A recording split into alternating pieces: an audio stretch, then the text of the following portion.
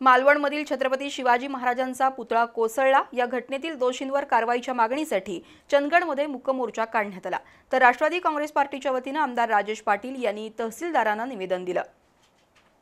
मालवणमध्ये उभारण्यात आलेला छत्रपती शिवाजी महाराजांचा पुतळा कोसळला या घटनेच्या निषेधार्थ चंदगड तालुका राष्ट्रवादी पार्टीच्या वतीनं आमदार राजेश पाटील यांनी मूक मोर्चाने येऊन चंदगड तहसीलदारांना निवेदन दिलं। चंदगडमधील शिवाजी महाराजांच्या पुतळ्यापासून कार्यकर्त्यांनी काळ्या फिती लावून मूक मोर्चा काढला। मालवणमधील राजकोट किल्ल्यावर पुतळ्याची उभारणी करताना अक्षम्य त्रुटी राहिल्या। या प्रकरणातील दोषींवर कठोर कारवाई व्हावी, सरकारनं तातडीनं पुतळा पुन्हा उभारावा अशी मागणी चंदगड तालुका राष्ट्रवादी काँग्रेस पक्षाच्या वतीनं करण्यात आली।